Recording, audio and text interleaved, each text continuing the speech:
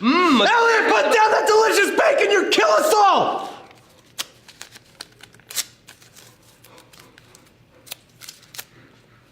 Aw. Elliot, you can thank me for saving your life anytime you want because that bacon is killing you.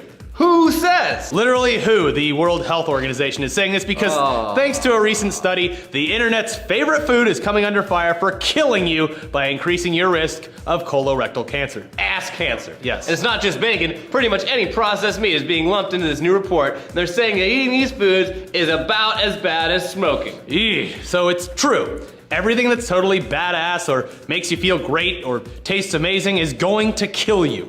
Great. Anyways, PBS explains that this investigation involved the findings from 22 scientists regarding the association between more than 16 types of cancer and the consumption of red meat and processed meat. They examined more than 800 epidemiological studies from the US, Europe, Japan, Australia, and elsewhere, and covered multiple ethnicities and global diets, and thanks to this wealth of information, has, quote, classified consumption of processed meat as carcinogenic to humans on the basis of sufficient evidence for colorectal cancer. The PBS article continues and states that one of the main lines of evidence found that, quote, colorectal cancer risk jumps by 17% for every 100 grams, 3.5 ounces, of red meat consumed each day. Meanwhile, with processed meat, colorectal cancer risk increased by 18% for every 50 grams, 1.7 ounces, eaten each day. Yeah, so thanks to this new information, processed meat is now considered as risky as tobacco smoking and asbestos exposure. I'm trying as best as I can here. Jesus, we're the worst. But now that we've got the scariest part out of the way, let's talk you off that ledge, my friend, real quick, because we both love red meat and of course bacon, despite the fact that the internet's ridiculous obsession with it makes it kind of lame. Yeah. A lot of the posts going around online are leaving important quotes from the World Health Organization and other cancer study groups out in favor of scaring you. Yeah. Boo! But the World Health Organization themselves have stated, quote, for an individual, the risk of developing colorectal cancer because of the consumption of processed meat remains small.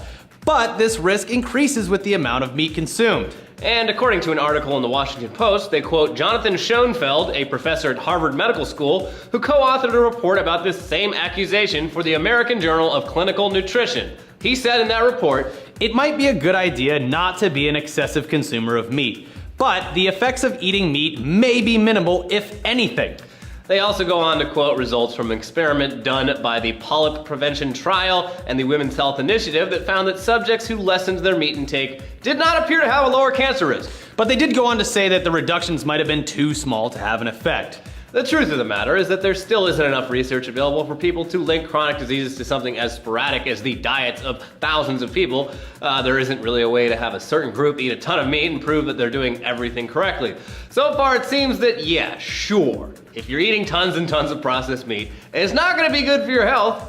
But did you really need a study that you read on Facebook to tell you that? I don't think so. Again, now, we should put a little thing on here, a little asterisk with the following information. We're not scientists. Nope. Don't believe us at all. I'm just saying it's not gonna affect my diet too heavily because I'm not frying up bacon every morning and eating prepackaged sausage every night. My years of 35-cent ramen eating will probably be the thing that kills me before this will. And if you want some completely anecdotal evidence, just look at the world's oldest woman. Susanna Jones here is 116 years old. She was officially named the world's oldest woman by Guinness World Records back in July. In a recent interview with USA Today, she says she eats bacon and eggs every morning and even has a sign in her kitchen that says, bacon makes everything better. And she's 116 116! No one wants to live that long. No. She was in her 40s during World War II, and she eats bacon every day. So just do whatever you want. Who gives a shit? Yeah. You might get cancer, you might not. Everything you do that isn't exercise or getting enough sleep is killing you. Yeah. So stressing out about bacon killing is probably doing more harm than actually just eating it and enjoying it. But again, we don't have science to back that up. We're not scientists. Don't listen to us. Why are you even here? Yeah. Read a book. Go eat some bacon. It's fine. Fry up some bacon. Fire up a nice little book. Light a cigarette. Light a cigarette. You'll be fine. No, don't listen to us. But anyways, yeah, unless you're eating like 5 packs of bacon a day, it's negligible. Negligible. She's 116! Yeah. Eat the bacon.